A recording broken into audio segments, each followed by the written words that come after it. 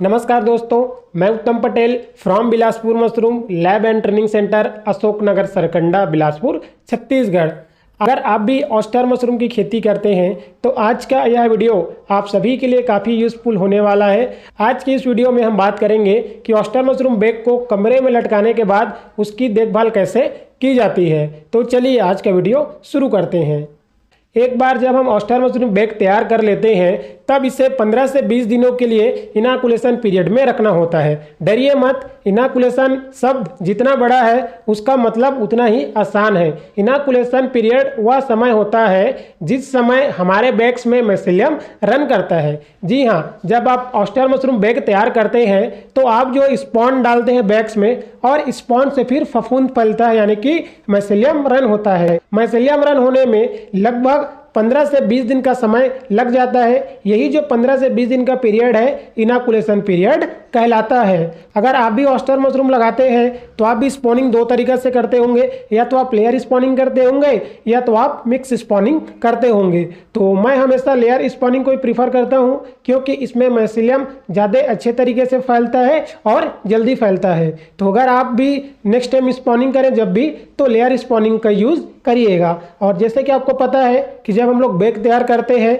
तो एक बैग में हमें लगभग 100 ग्राम मशरूम स्पॉन डालना चाहिए। और इसके बाद हम बैग्स को या तो रैक में रखते हैं या तो लटकाते हैं। तो मैं हमेशा प्रीफर करता हूं कि जब भी आप ऑस्टर मशरूम बैग तैयार करें उसको हमेशा आप जो है लटकन विधि यानी कि हैंगिंग मेथड में ही लटकाएं। इसके फ़ायदे क्या होते हैं कि जब आप हैंगिंग मेथड में बैग्स को लटकाते हैं तो कम जगह में, कम स्पेस में आप ज़्यादा मशरूम के बैग्स हैंग कर सकते हैं। और जब आप रैक मेथड में जो है बैग्स रखते हैं तो इसके कई नुकसान होते हैं, जैसे कि कम जगह में आप ज़्यादा बैग्स नहीं रख सकते।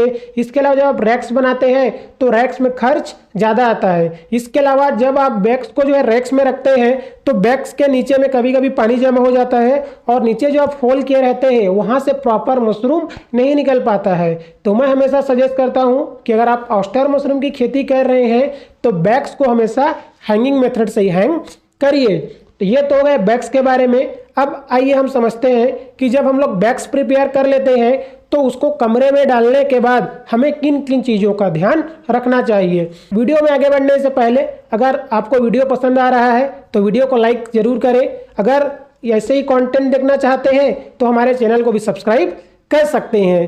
सारे वीडियो में आपने देखा होगा या कई सारे ट्रेनर भी बोलते हैं कि जब आप एक बार बैग्स बना लेते हैं तो बैग्स बनाने के बाद आप 15 से 20 दिन तक अपने बैग्स को किसी कमरे में या एक साथ इकट्ठा करके रख सकते हैं। फिर माइसेलियम फैलने के बाद उसको आप दूसरी जगह में शिफ्ट कर सकते हैं। तो देखिए, अगर आपके पास जगह है तो आप बिल्कुल ये काम मत करिए। आप सीधा बैग्स रेडी करिए और बैग्स को रेडी करने के बाद सीधा जाके हैंग कर दीजिए। और उसे आप 15 दिन के लिए इनाकुलेशन पीरियड में रखेंगे, फिर इसको आप दूसरे का शिफ्ट करेंगे तो इसमें तो आपका लेबर कॉस्टिंग बढ़ेगा, साथ ही साथ आपके बैग्स खराब होने की भी संभावना होती है। यह सिस्टम बहुत लोग करते हैं बट ये उनके लिए है जिनके पास स्पेस कम है। अब मान के चलिए कि किसी के पास कमरा खाली पड़ा हुआ है और उनके पास शेड है, तो वो क्या करेंगे कि सबसे पहले बैग्स को जो है कमरे में रखेंगे, माइसेलियम फैलेगा, फिर शिफ्ट करेंगे।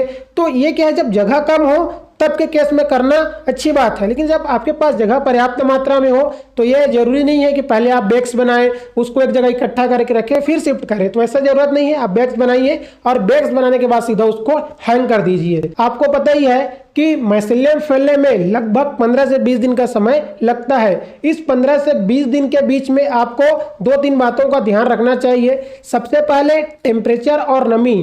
टेम्परेचर और नमी को आपको मशरूम के हिसाब से मेंटेन करना पड़ेगा। अगर आपको नहीं पता है तो आपको मैं बता देता हूं कि ऑस्टर मशरूम के लिए जो तापमान है 20 डिग्री से 30 डिग्री की ज़रूरत पड़ती है।